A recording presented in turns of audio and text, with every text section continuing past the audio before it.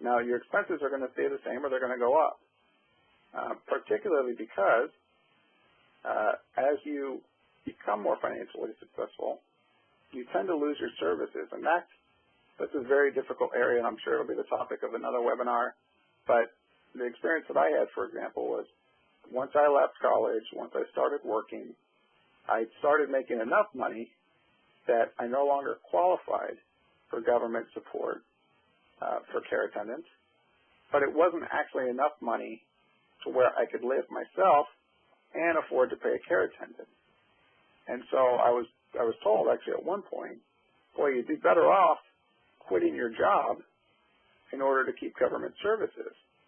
Well, rather than doing that, because I knew I wanted to be successful in life, I thought, well, how can I make my earning power greater?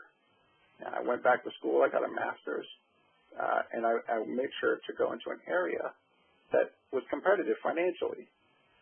And so I was able to do that. But like I said, it does cost a lot of money to live independently, and so you have to be able to find a way to account for that. It is a wonderful, wonderful feeling to know that you're making it even though all the odds are against you. The fact that you're looking to live independently or that you're living independently now and looking to have even more independence says an extraordinary amount about you. It says that you are not one to be stopped. You are not one to get down on your luck and feel sorry for yourself. But you're somebody that's going to be successful in life. You're somebody that's going to say, no matter what you put in front of me, I'll get over it. And so I would encourage you to keep that attitude as you look through and go through the funding options for care attendants and look at the obstacles that are associated with independent living, because sometimes they can be a little daunting. And so just keep that positive attitude and go forth. You're great. You can do it. Thank you, Vance. Okay, next, Katrina and I are going to go over the ins and outs of personal care attendants and kind of piggyback on some of the things that Vance has already touched on, such as discussing how to find a PCA, hiring, training and managing, and then again recapping the funding aspect of personal care attendants. So next slide, please. Okay, several things just listed here, and both Katrina and I are going to kind of give you our personal experiences and tell you about some options for finding a PCA.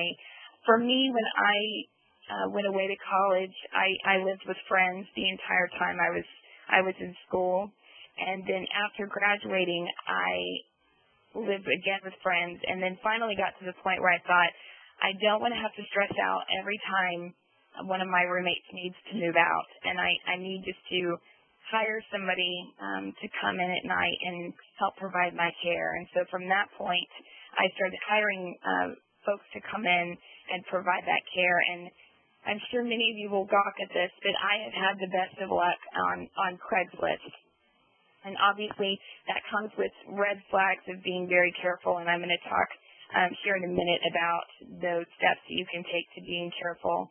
Other things that you can do are signs at colleges and nursing schools, putting up advertisements in the newspaper, oftentimes the student activities buildings, pre-med colleges, and as odd as this may sound, I've had good luck of putting things up in restroom stalls. You would not believe what people will read when they're in the restroom. So that may sound odd, but it's just a random tip that has been very helpful for myself and a couple other people that I know.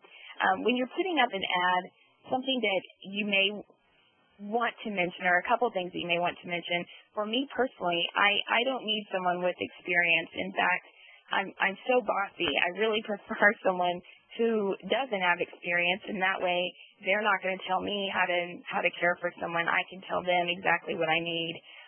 In the ad, so I explained that I don't need experience. Some people, however, if you have higher medical needs and use specialty types of equipment and such, it may be that you are looking for someone with experience. So you're going to want to post that either or. I always say that it's an overnight position on the ad, and oftentimes I put that mostly sleeping is involved in the job because my caregiver will come over at at night, help me get into bed. They'll go into my separate bedroom and sleep most of the night. I need to be turned over once during the night. They'll come turn me over and go right back to bed, and then they get up in the morning and help me get ready. So it's really great to go ahead and let them know, hey, this is a job that you're paid for and you get to sleep. Oftentimes college students will jump on that very quickly. I also say that it's great for future nurses or doctors or people in caregiving fields. It's a good way to really pad your resume with experience of working with patients and such.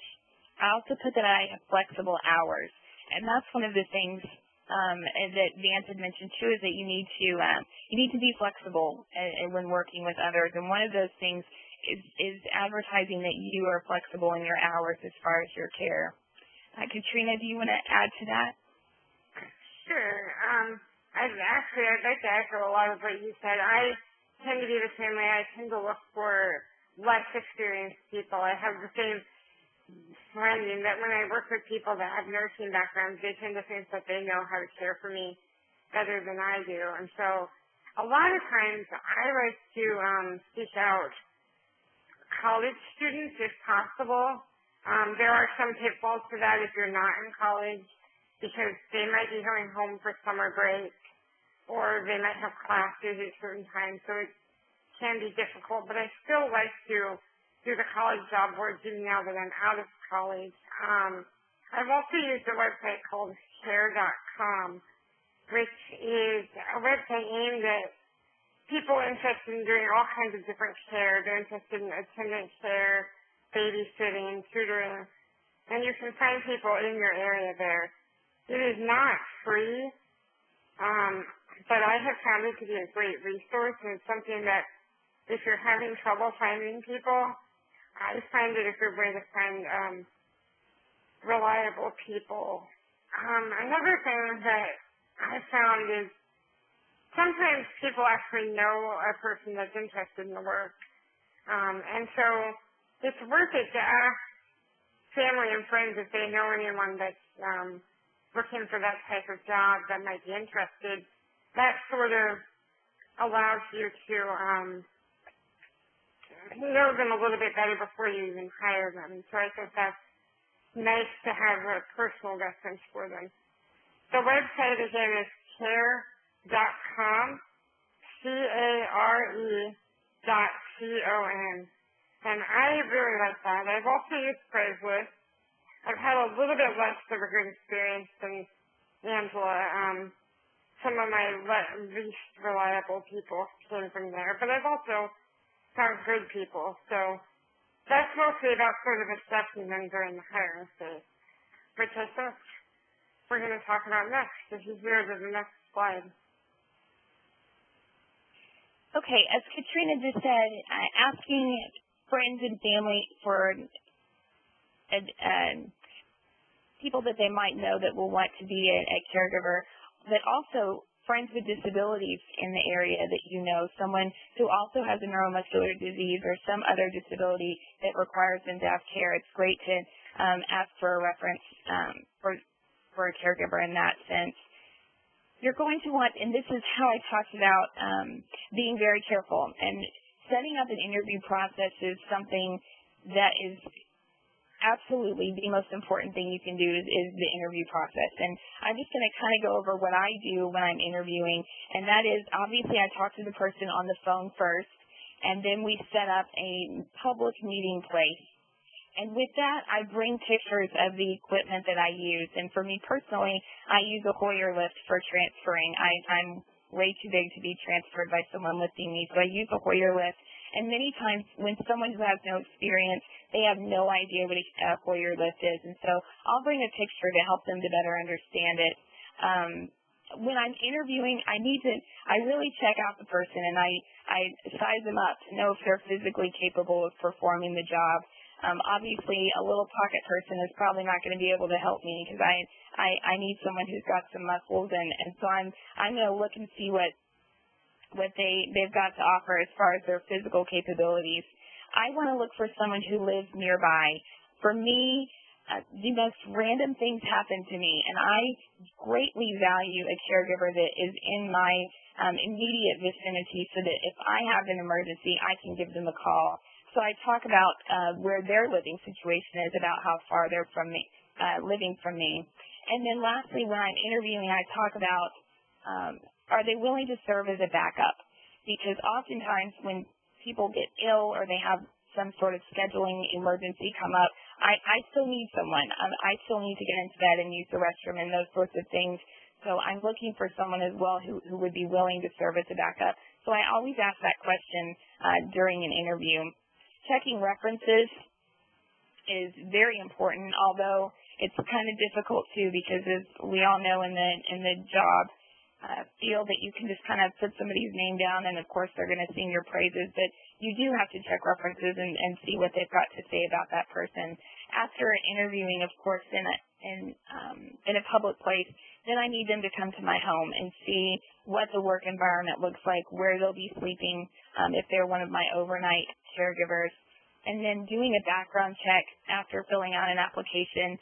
There's different ways that you can go about it. Obviously, if you're working with a company that hires caregivers, then they will provide the background check. And, of course, you can do your own.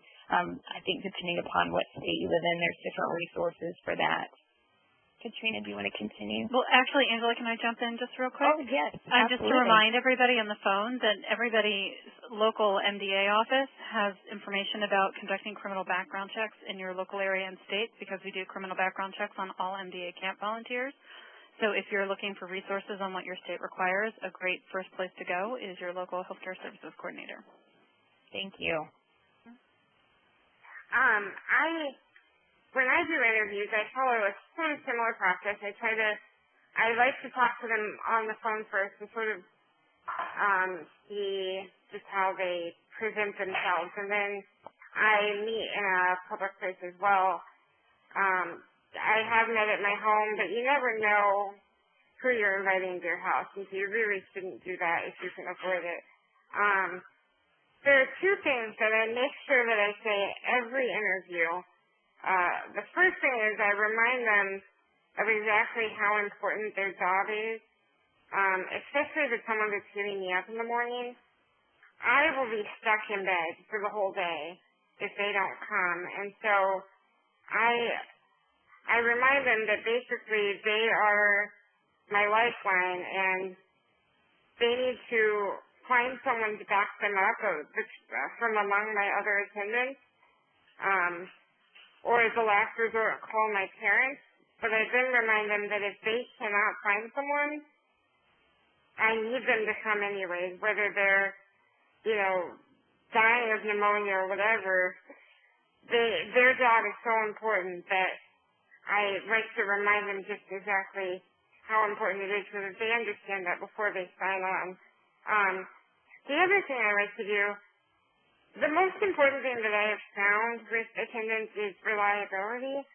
And so the question that I ask them is, can you think of a time when you were going to be late for something, but you managed to get there on time?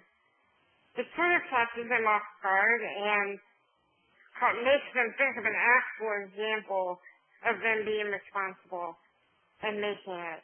So,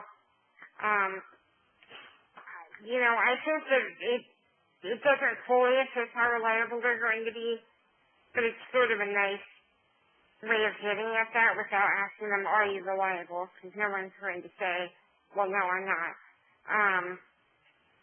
Again, references are useful. I always try to get work references, not personal references. A person's best friend is not going to say something bad about them during a reference. But every once in a while, a supervisor might, if you ask the right questions. I like to ask, how do they get along with their coworkers?